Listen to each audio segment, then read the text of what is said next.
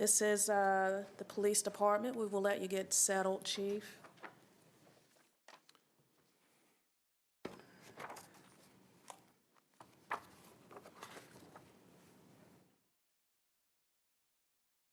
In prior years, you would have been asked a different question, but due to budgetary constraints and with the understanding of a status quo recommended budget, if you can provide what that entails for the operations of your department. And just briefly for the viewing audience, if you can highlight some of the services that you provide for the city. Very good, thank you. With me I have today our Chief Finance Officer, Samir Mehik, his assistant, Kathy Kirkham, and thank you all the members of the council, and especially Council Lady Vircher. I understand it's the Predators game tonight, and you could be there. So, but thank you for being here with us, and certainly thank you to all of our staff back in the back, the Deputy Chief and the commanders who actually run the operations of the police department. And let me extend my thank you to all the council members that attended our memorial service today. We had 45 people honored, including Officer Michael Petrina, who lost his life 4 years ago today while he was struck by a car assisting a motorist out on I-65. And then for the second year, we honored the career of Officer Eric Mumal. He died on February the 2nd, 2017.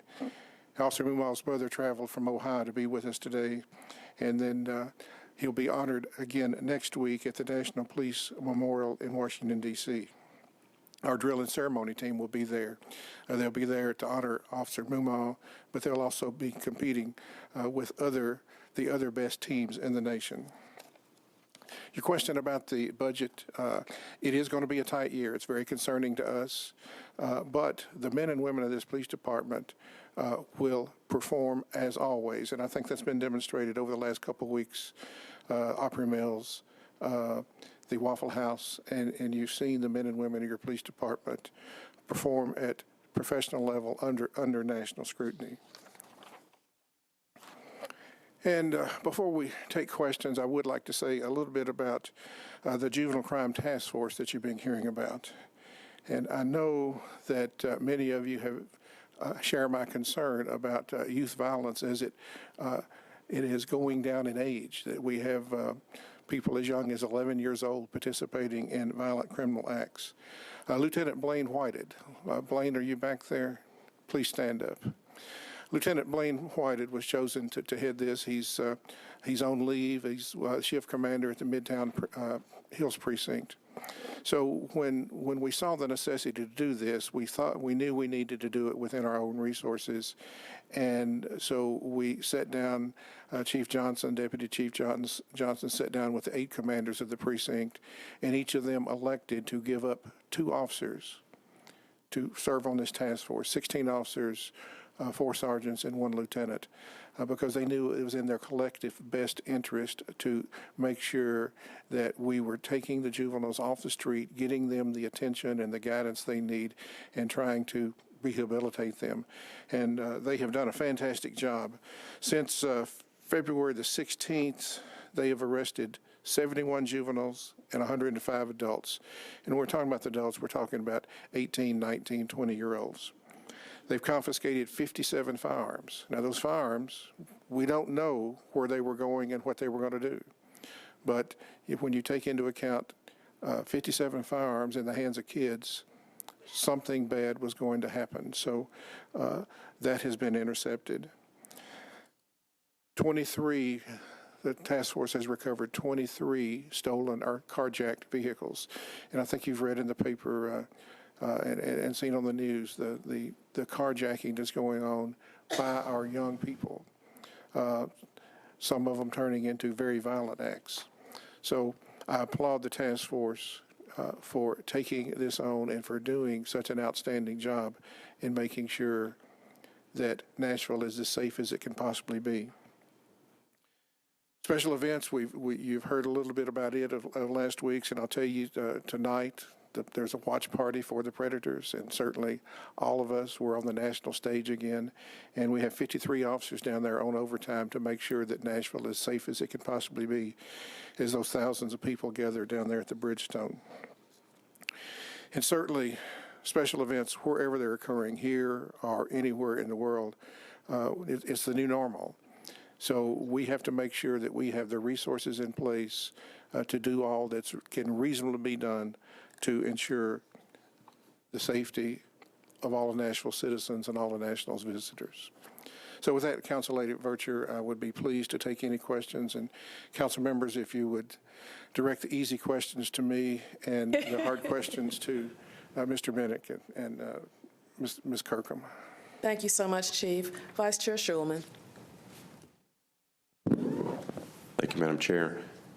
Chief, on our page at a glance, which talks about the secondary employment unit, there's some different numbers floating around on the page. It looks like $2.4 million that's being put in for secondary employment unit, and then a reduction regarding the supplemental appropriation.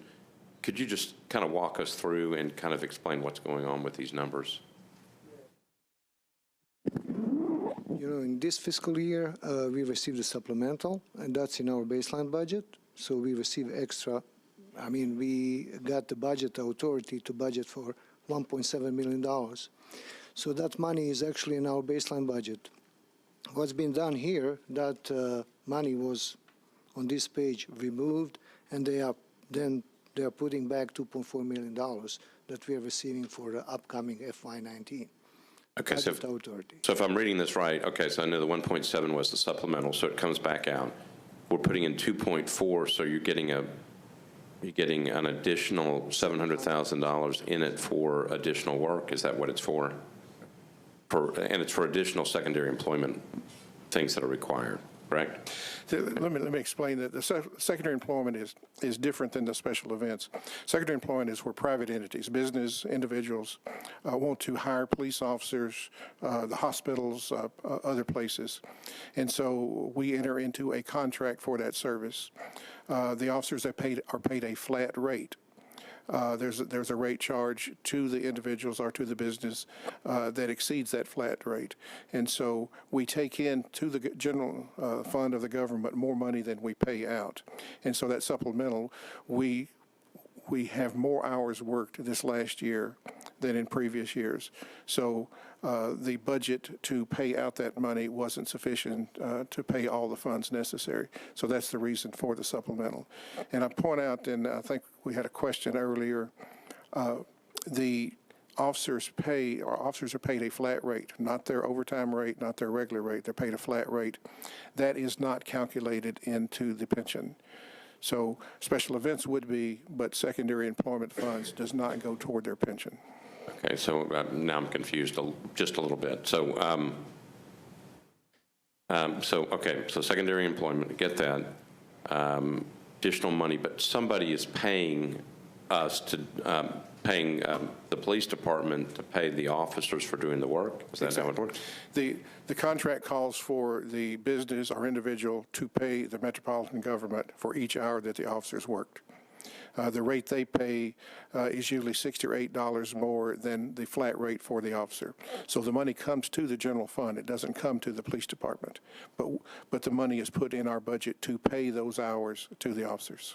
Okay, but is this additional money that's coming into the system to pay, what is this extra money being used for? Is it coming from a source and just is an accounting technique? Because it's money, if I'm understanding this right, other groups are paying us for the use of police officers. Exactly. Okay, so if other people are paying us for the use of police officers, why are we putting extra money in? What's the extra money needed for? This is just the budgeting for that money that's coming in.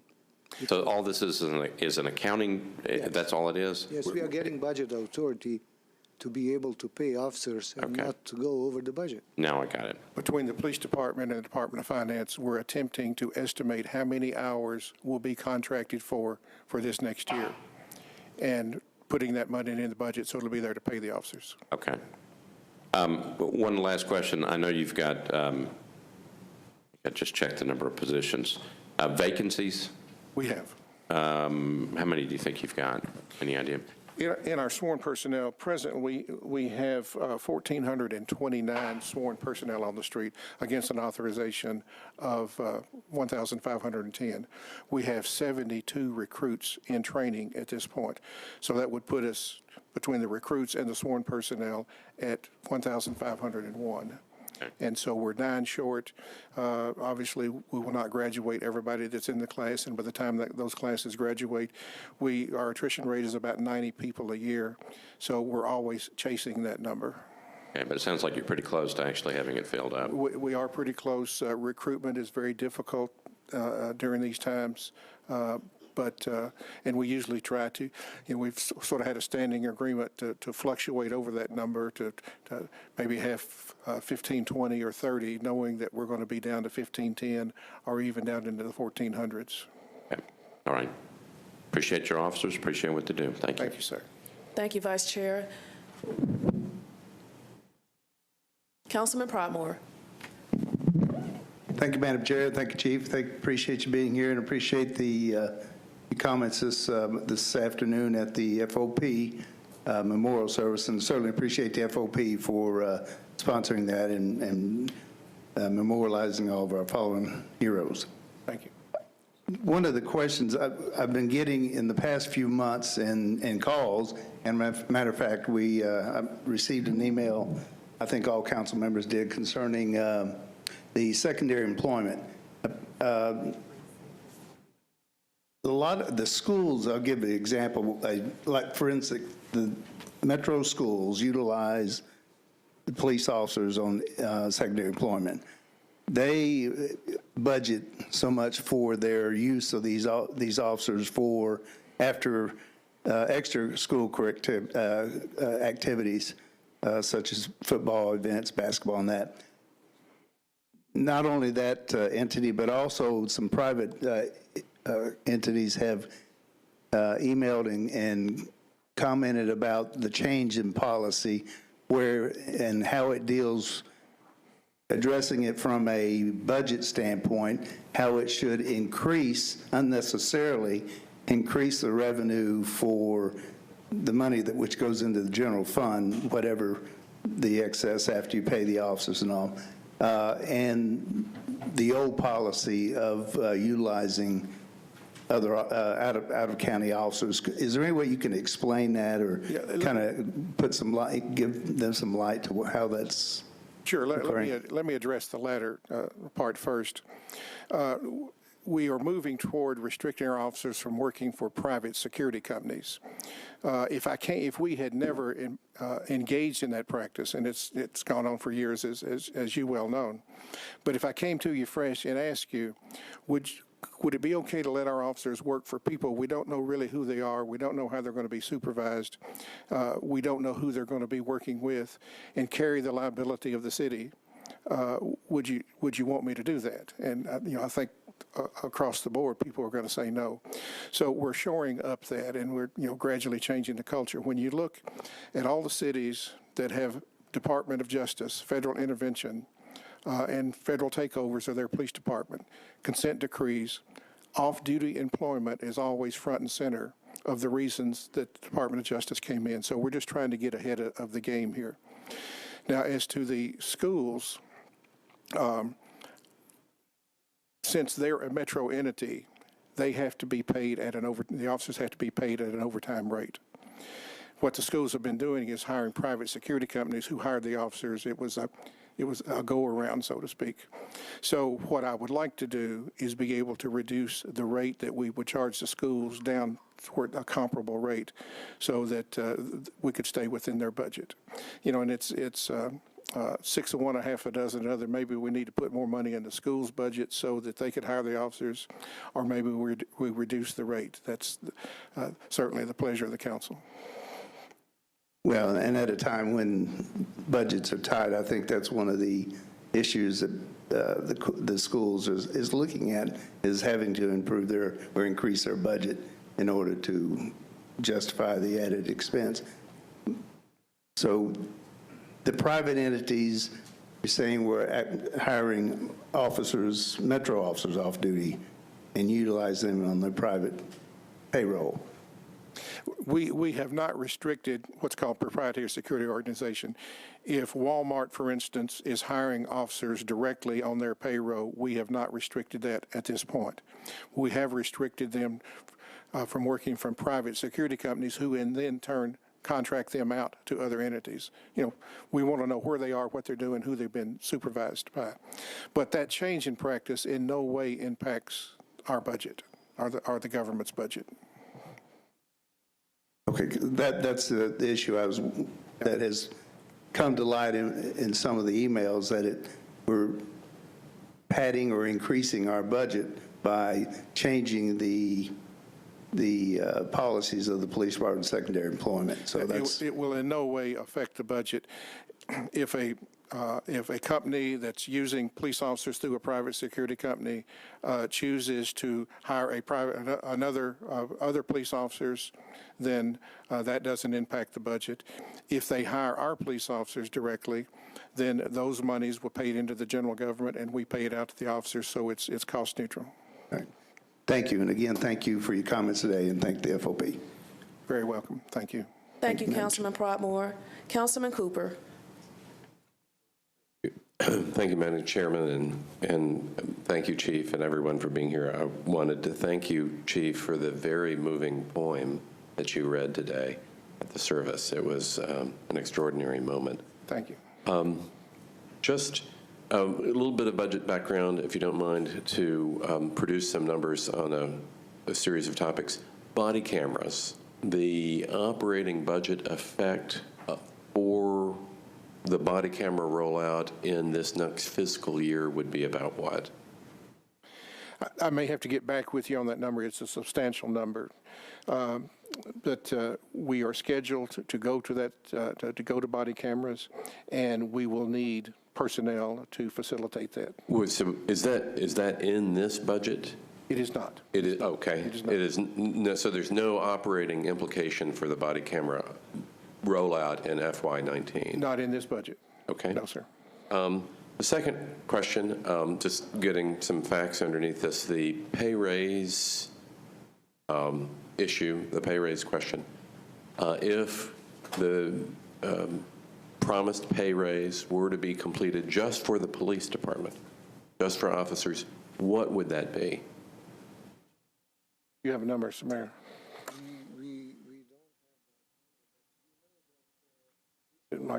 Yeah.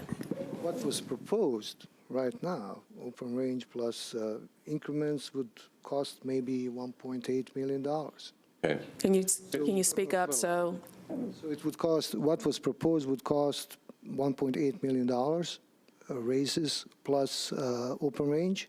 But for 6%, we would need maybe $6-7 million. $6 or $7 million just for the police department in Yes. terms of that. Yes. Honoring that. And just rough numbers, our operating budget is Yeah, around but- $190 million, and about 90% of that is payroll. So if you took 3% of that, but we'll get you a more definite number. Yeah, we can Okay, provide you with more accurate numbers. and that, okay, I appreciate that, because some of your personnel cost increase was due to actual additional hiring last year. Yes, sir. The next question, there's a discussion earlier about gating expenses from different departments. The question of police expenses expended for basically the mayoral office, mayoral services. How big an item is that in the FY19 budget as compared to last year? We will need to get back with you on that. We know we have 3 people that are permanently assigned, and there's a certain amount of overtime with that. And then on other occasions, we actually bring in more people.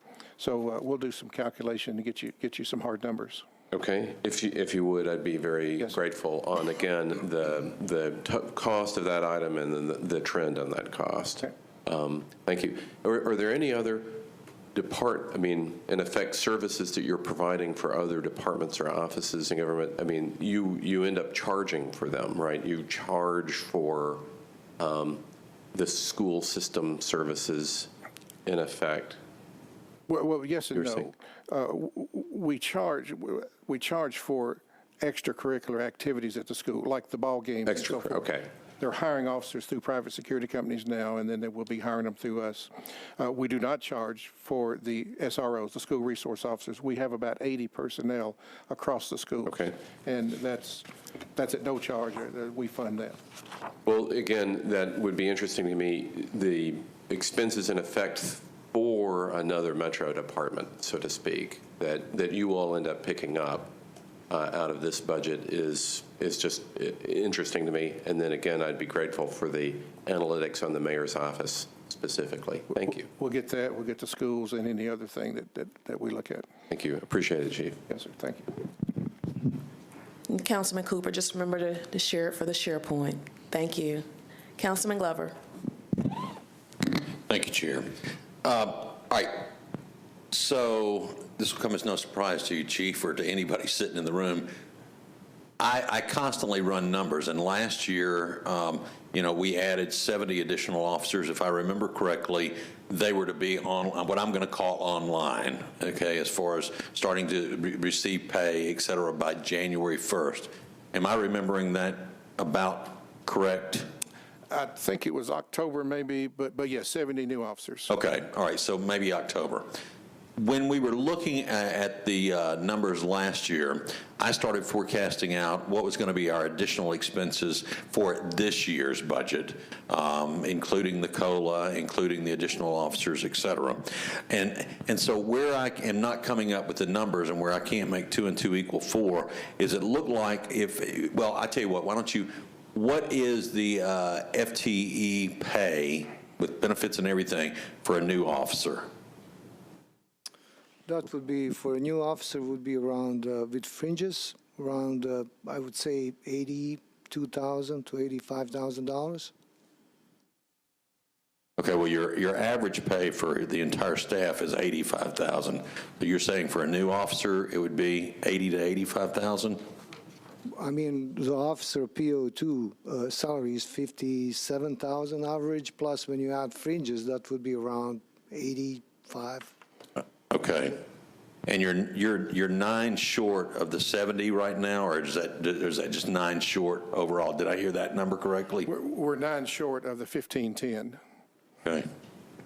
So if it's 80,000, because I'd figured it at 52,000 for some reason, that's what I had in my mind. I think it would be closer. A step 5 police officer, that's mid-range, is $80,900 a year. That's salary and benefit, $57,000 in salary. And so we're going to be more like, for a recruit, we're down in the 30s range for salary, and then With benefits and everything, I was thinking it was around 52,000. it may be as much as that, yes, sir. Okay. Well, the reason I'm asking, because that comes up to $3.8 million for a full year in salaries and benefits and everything else, but I don't see $3.8 million in additional money. So I'm trying to figure out what was defined as status quo with only an additional, not even $1 million, $717,000 or $18,000. How, in fact, are we able to do status quo if we're trying to get you fully staffed? Well, I said earlier, it's going to be a challenging year. Okay. Well, it just, numbers-wise, I don't see how it can work out. And I'll say that publicly. I don't get that. Open range. I've tried to drill in, and it's on page 13. I get that of the budget document. It's $7,071,000. I get that piece of it. But can you guys get me what your open range amount will be, and then who that will be paid to?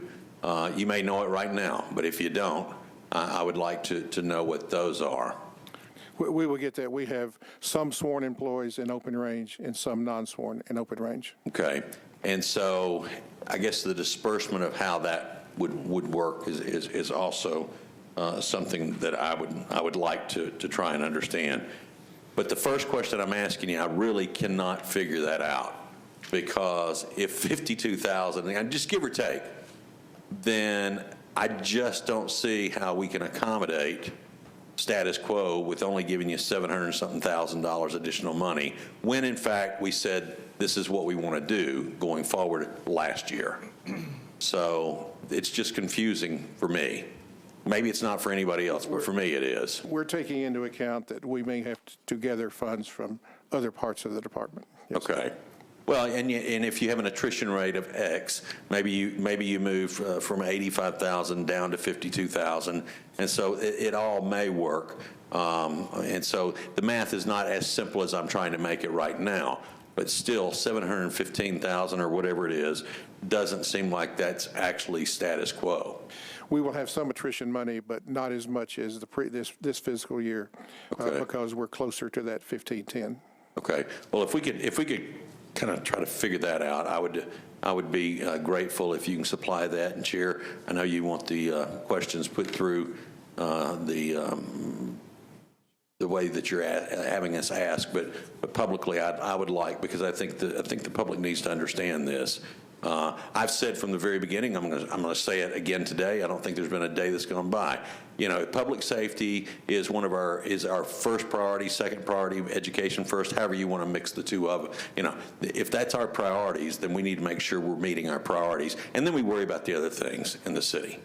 But, you know, I'm committed to that, and as I know, are a number of people sitting on this floor. And so we appreciate the job you're doing, and we certainly appreciate all the officers and the work that they do on a daily basis. Thank you, Chair.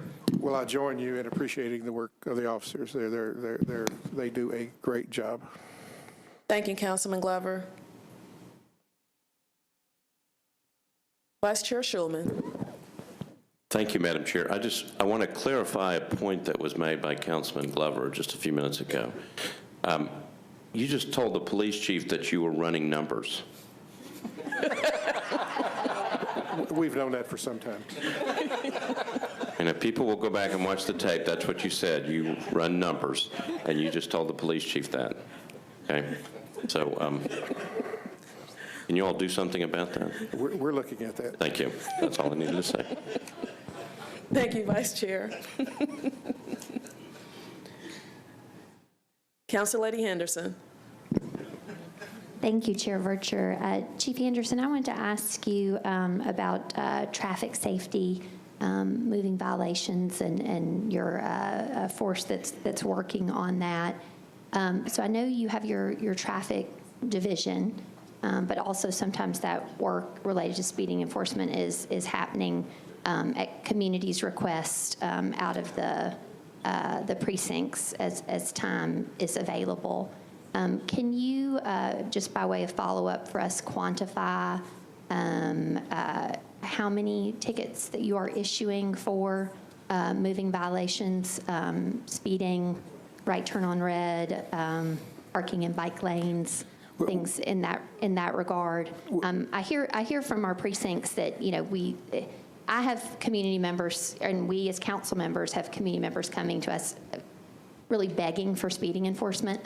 And we certainly understand that it's a comprehensive issue of, you know, traffic calming on our streets through design, enforcement, education, all those things. But what I hear back from the precincts is that, you know, we don't have the time, we don't have the staff, and you know, we have to respond to wrecks and of course, you know, other things of higher priority. But I'm just trying to have a better understanding of how best we can respond to communities' concerns and requests for that. Certainly. Just to explain, and we'll get you a list of all the major moving violations, how many citations, so forth.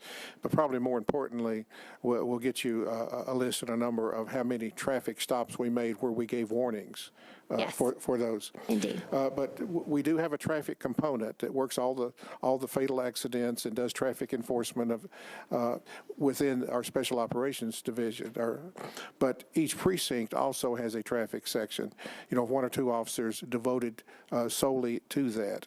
And of course, every patrol officer is authorized and does write traffic citations. So the best way to address it is at the precinct level. And I always tell people, when you ask us to come into your neighborhood to enforce speeding, be careful that you don't speed. Oh, absolutely. That happens quite often. I have people ask for speeding enforcement, and then they say, Exactly. "Oh, I realize I'm part of the problem." You know, But we try to be responsive to the community, and especially those places we know where public safety is in jeopardy with the resources that we have. I appreciate that. Thank you. You're welcome. Thank you, Council Lady. Council Lady Allen. Thank you. Following up on that, I just want to say thank you to the Midtown Hills Precinct. They've been great on following up when neighbors call and say, I'm sure they're speeding on my street. They've been very kind about sending somebody and getting folks to behave better, which makes a big difference in the quality of life of the neighborhoods, and it's a huge accomplishment, I think. So Thank you. We appreciate y'all doing that. I just want to make sure that I understand special events as opposed to secondary employment. Back to that. When, for example, something has happened in downtown and for the Predators, the watch party, do y'all absorb that cost? Does Convention and Visitors Bureau pay you, or where does the money for those events come from? From our special events budget. So when you have the 4th of July, the Christmas parade, the Predators, the Titans inside the stadium, outside the stadium, that is all from our special events fund. So that's a line item here in your budget? It is. Gotcha, okay. So it's not like other departments necessarily pay you for those. I mean, if Greenways for Nashville has a race at the beginning of May and need to close streets, is that also baked into the special events, or how do those get? No, we only work the special events that there's been some prior agreement with Gotcha. with the city, with the administration. And generally, the best as I understand it is if it's benefits the city of Nashville overall, attracting tourists, so forth, Gotcha. then it's a special events.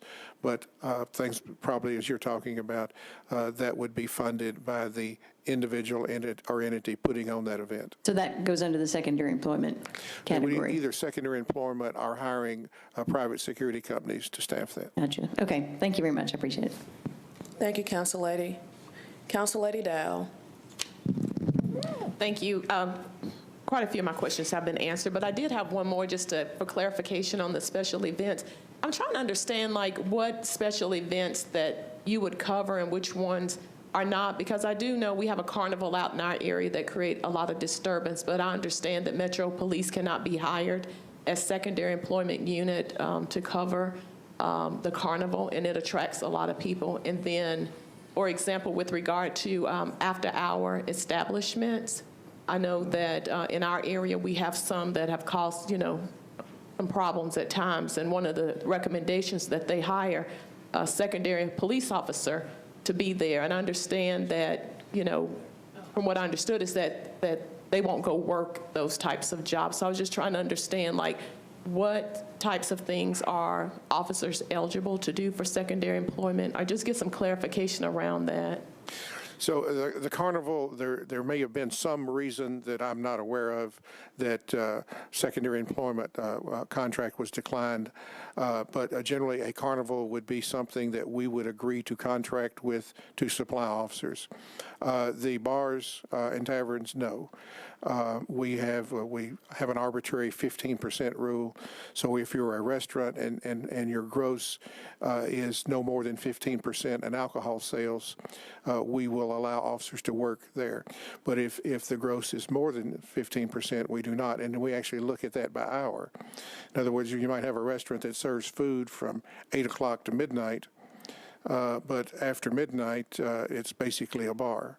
So we do not allow officers to work where alcohol is served. It's a conflict. You have people leaving the place, people intoxicated, and if you're working for the persons that's supplying that alcohol, that's a conflict in the officer's eyes, and so we do not permit that. I don't see where it's a conflict, because you're not supposed to be leaving intoxicated and driving. I see it as a deterrent. So Well, I wish we could use them. I think it will make our after-hours establishments a lot safer, but I understand, if that's your rule. The other question I want to ask real quickly is that over the last year, I guess last year in 2017, I pulled a lot of data looking at our area, and I noticed our area has quite a few apartments. Well, I would say up until last year, I can't get that request anymore. With Bob Mendez legislation, I have to fill out a public information request now, so I haven't done it. So, thanks, Councilman Mendez. But I used to get data dumps, and so I would look at the crime stats in our area quite closely, and I've been working with, we have a wonderful, wonderful officers out in South Precinct, but, you know, working with them and trying to find communities where we see issues and address them. And one of the things that I noticed is that with the magnitude of the apartments we have in our area, they create quite a lot of calls for service. In fact, they had extremely high calls for service. In fact, a couple of them, it was just, you know, they were obviously getting personal security services, in my opinion. One of the things is in areas where you have high density and you have a lot of apartments and places that create a, I would say, more utilization of services than I think is fair. Are you looking at, you know, some type of innovative programs to make them share the cost? Because when I look at these apartments out in our area, some of them have, you know, 200 calls for services in 1 month. And some of them is the same unit over and over again. Are we looking at charging them? Because we, in essence, are paying for security services. Are you doing anything to work with them to, you know, require them to put some base level security in place? I know Murfreesboro Police Department, I know they had a real firm conversation with some of their places out there, but I do know that they tend to utilize more of our police services than some of the other places, and they cost us more money when they're tied up at an apartment complex dealing with some issues. They're not able to answer, you know, a business that's being broken into and so forth. And so I want to know that, you know, are we looking at how we can share some of those costs with some of those places who tend to be high utilizers of our Metro Police services? Well, we do not have the authority to charge for calls for service. Now, that's something the council might have the authority to create, but at present, we could not charge people for showing up in a call for service. Now, what we have done in some situations, and actually some private homes, some hotels, and some other establishments, working with the Office of the District Attorney, we have closed them down as a nuisance. But I know our precinct commanders and our community coordinators visit those apartment complexes and talk with management and basically tell them our expectations. But in fact, we do not have the authority to charge. But do you do any type of analysis and reporting looking at places that, you know, like I did, that are what I consider high utilizers of services? We certainly do that in our crime analysis unit. We're monitoring those calls for service. Online, just today, we put on some density maps showing where officers are going most frequently. And every precinct has a crime analysis officer that's feeding that information to the commander. And that every week at the internal ComStat meeting at each precinct, all that information is being digested by the commander. And so, yes, every commander knows the problem areas in his or her precinct. Yeah, I would just like to see some of them, you know, pay more, because I see a lot of apartments being put in and not a lot of security services being provided there. In fact, I get a lot of calls. They think it's your job to patrol them 24/7 and ride through their parking lot, and I explain to them they're not paying for it. So, you know, I would love for us to work together and come up with some type of better plan to service some of these multifamily units, because in the cases I've observed, they know that they have problem people they're allowing to live there that's creating a lot of the issues in the community. And once they bring them in and they create problems, then they're using a lot of our police services addressing them. And we should be able to penalize them for bringing in known problems. So I definitely would like to work more on that. But thank you. Thank you, Council Lady. Council Lady Henderson. Thank you, Chair Vercher. I just wanted to follow up on Council Lady Allen's question about the special events. You said that was reflected in the budget as a line item. It's not something we're seeing here in the operational budget. Can you tell me where we would find that and what that amount is, please? Actually, for special events, we didn't get any improvement this year, so that's the reason you can't see it on our highlights. Okay, can you tell me for special events what it was in past years, please? Or last year? Let me just take a look.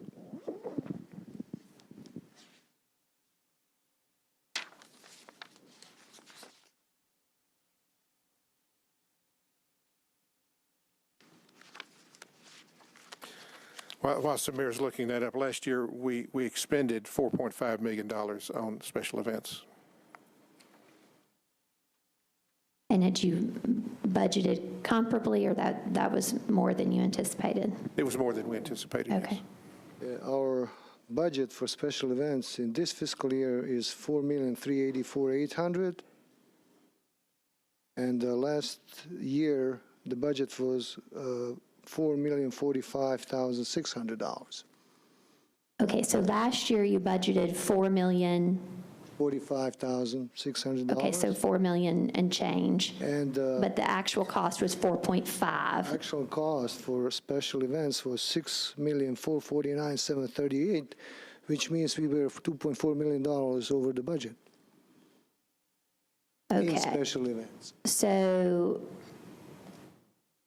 last year you were $2.4 million over. Yes. You anticipate the same events this year, but you're only budgeted for 4.3, which is just a little bit above what you were budgeted last year. Yes. Can you speak to that and any concerns you Yes, might have about that? We were budgeted 4.384 million, and so far through March 31st, we overspent that budget already. So April, May, and June, we will be over the budget in special events, but we will hopefully, with this supplement, we will be at the bottom line, be able to remain within the budget. Okay, Chief, can you speak to this somewhat? I know it's been a concern in the broader community, just from a budgetary perspective, that, you know, in a tight year that I mean, we certainly appreciate the service that you provide at these big community events, and we know your service there is important, but can you speak to that just a little bit more? There's two ways to stay within that budgeted number. Is one, to reduce the number of special events we actually supply services to, or two, to reduce the resources at each special event. I'm certainly not comfortable with the latter. We'll be compromising public safety. So we have a budget, but we also have the special events that need to be worked and need to be worked in a manner that ensures public safety, or at least the best we possibly can. So it appears we're always going to exceed that number. So then, may I ask, just as far as the central business district, the business improvement district, the downtown partnership, the various entities that from a business perspective kind of promote the downtown experience and Nashville tourism at large, have we ever in the past had those membership organizations and participants fund the work that you do, at least in part, rather than the whole city at large? Well, from time to time, at any special event, the CMA or the 4th of July or so forth, there may be businesses in that location that hire officers through secondary employment or a private security company. But as far as approaching them as a police department and asking that they fund it, one, we don't have the authority to do that, and we wouldn't have the authority to collect the money. Okay, so hypothetically, something like the CMA or that festival, so then are they, they're budgeting for tents and stages and water and all the things that they budget for their festival, but they are not budgeting for security for that festival because they know that the city of Nashville will be paying for your employment to secure their event? I'm assuming that's somewhat the case, yes. Now, keep in mind, I know certain events, CMA being one of them, they have security for certain things, overnight security and so forth, but the bulk of the daytime and even operations are by the Metropolitan Police Department. And then, so who makes the determination that the CMA or the Predators Party or kind of the hierarchy? I mean, I think we can, at a just quick glance, understand that, sporting events, things that Nashville is somewhat noted for, like the CMA. But, we have, obviously, as reflected in this budget number, we have a lot of special events. So I just wonder, as you kind of get to those, mid-tier events that are significant, they do bring in a lot of tourists, but maybe they are not as noteworthy, the potential kind of disparity there for those folks that are at that middle range. Are they getting partial service and budgeting from you, or do they just have to handle that all themselves? So, it seems that we've kind of got this awkward disparity where, from a CMA Festival standpoint, I mean, their numbers are so high, right? They could factor that into their kind of ticketed cost, but events that are maybe somewhat smaller comparatively, but still need your services, they're kind of out of luck just because they don't happen to be, the big marquee events. So can you speak to how the city determines which of these events will be in your budget, like 4th of July, CMA, and the Predators, how that's determined and by whom?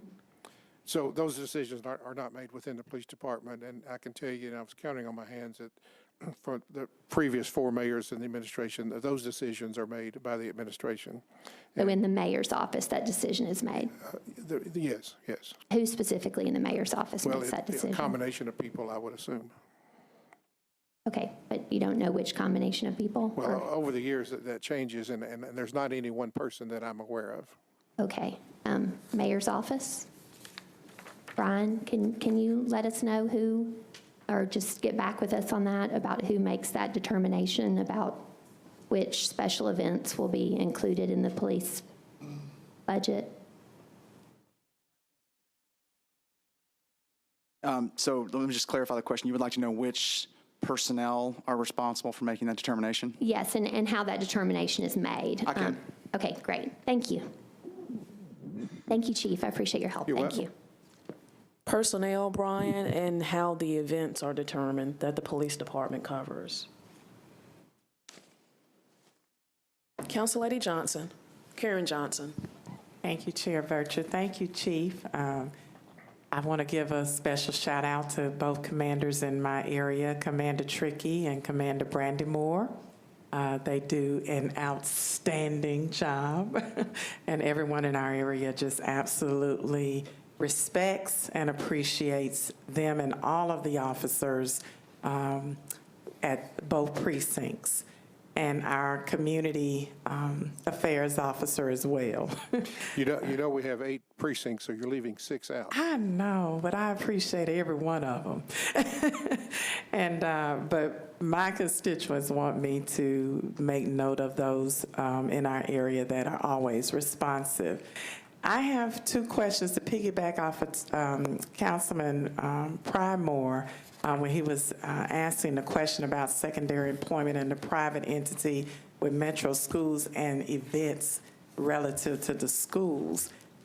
I just need clarification and understanding. Did you say that the private entity is the middleman, so to speak, where any officers that are hired for those events for the schools are hired through them, or how does that work? Currently, that is the case. A contract security company, and in Tennessee, there's 2 ways that police officers can work for private entities. One of them is a contract security company, which in turn hires those contracts with other businesses, individuals to hire those officers out, or a proprietary security organization, which is a business or an individual that shows commerce and insurance, sufficient proof of insurance, and registers. So do we end up paying more for going that route with our officers? I mean, is that costing us more? Well, keep in mind that officers working for a contract security company or a proprietary security organization does not impact the police payroll in any way. Okay. They're paid by those individuals. Okay. And the other question is piggybacking off of Councilwoman Henderson, and that is about the speeding enforcement. Now, one of the things I do have to ask for on behalf of my constituents is they are asking that the police officers return to Owendale Drive and Anderson Road. For some reason, over the last year and a half, they've been taken away from that area, and I have been asked repeatedly to request that. So I want to make that publicly, that request public, because that has been one of my #1 requests, is to have the officers back at that location. Not sure why they were pulled off of that area. It may be various reasons, but I'm requesting that. The other question is, the other thing is about the speed and enforcement. When I went down Kingsbury, this is going towards Forest Hills, there's a permanent speeding, it's not a trailer, it's a permanent speeding monitor when you're coming through that area that shows like the temporary speeding trailers that we put out from time to time. Are those speeding monitors on our streets, or is that like considered a private street and is paid for by the neighborhood? So the original question, you just bragged on Commander Trickey and Commander Brandon Moore. I'm sure they're going to be out on Owendale making sure that area is safe. The trailers, the radar trailers you're talking about, those are put out there by Public Works. We work closely with Public Works to see where the need is. I'm not aware of any private streets or private individuals that have their own. Okay, well, I'm going to email you all the ones that I have seen just to inquire. I don't know which streets are considered private or public, but the reason why I was asking is I didn't know if we installed permanent speed monitors on certain streets, or are they all temporary speed trailers? They're all temporary, and Kingsbury is a public street. Okay. Thank you. Council Lady Johnson, Council Lady Henderson can shed some light on that also. Lady Johnson, Kingsbury is in my district. It is within the city of Forest Hills. So it is in a satellite city that has independently funded that and works in collaboration with our West and Midtown Hills precinct, but that is funded separately by the city of Forest Hills. Good to know. Thank you. Thank you so much, Council Lady. Council Lady Blaylock. Thank you, Chair, and I do have some quick questions for you. About how many hours a year are the police officers working for the secondary employment? I think we'll have to get that number. Okay, and what has the growth been over the last, couple of years with that, since we've changed everything around? It is growing substantially, and one of the reasons is a couple of hospitals or trauma centers, and they are hiring police officers. That's part of the accreditation process, as I understand it, with them. So yes, there are more job opportunities for officers, and it's growing every year. And they're not made to do this, that's offered to them? Secondary employment is strictly volunteer. And do we have plenty of volunteers? For the most part, yes. Every now and then, there's jobs that the officers just do not want to work, and so we void the contract. Okay. And how is the rate determined for the secondary employment? What we try to do is pay the officers somewhere near their overtime rate, this flat rate, with enough built in, charging the entities to cover the in-house cost, the scheduling, the people that sit at the desk and schedule, and the supervision and so forth. But that extra $8 or whatever an hour, that actually goes into the general fund, though, right? It does. So does it come back to you? No, all of the money goes into the general fund. Right. All money taken in through secondary employment goes into the general fund. Budgeted into our budget every year is an amount to pay the officers. In other words, pay the officers as the money's coming into the general fund. And also budgeted in is the money to pay the administrative personnel that are overseeing that work. Okay. And something along the line of what Council Lady Dow was saying for the apartment complexes, is there, and maybe Mr. Jameson can help me with this, is there any way that we could potentially mandate cameras in apartment complexes if they're perhaps receiving a certain amount of calls? I would have to leave that to Mr. Cooper and Mr. Jameson. I'm not certain that we could, but that's a question for legal to answer. No, okay. And one other, how much would it help enforce our traffic issues, and how much money would it potentially save if we did some kind of a new technology where you have cameras that take a picture of moving violations and mail them out, say a speeding ticket? My experience, little to none, the cities that have speed cameras It's solely for the purpose of raising revenue. It does little to improve public safety, and that's evidenced by most states, including Tennessee. If you receive a ticket from a camera, it doesn't count against your points to lose your license. That's the camera companies lobbied legislatures across the land, including Tennessee, to have that in there. Okay, thank you very much. Thank you, Council Lady. Seeing no other council members seeking recognition, thank you so much, Chief, and all that serve this great city. And that concludes your budget hearing. Thank you so much. Thank you. And we are adjourned.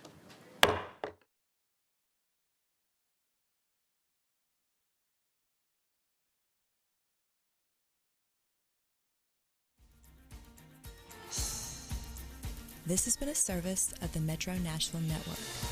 If you would like to see this presentation again, or for more information about this and other programs, visit nashville.org.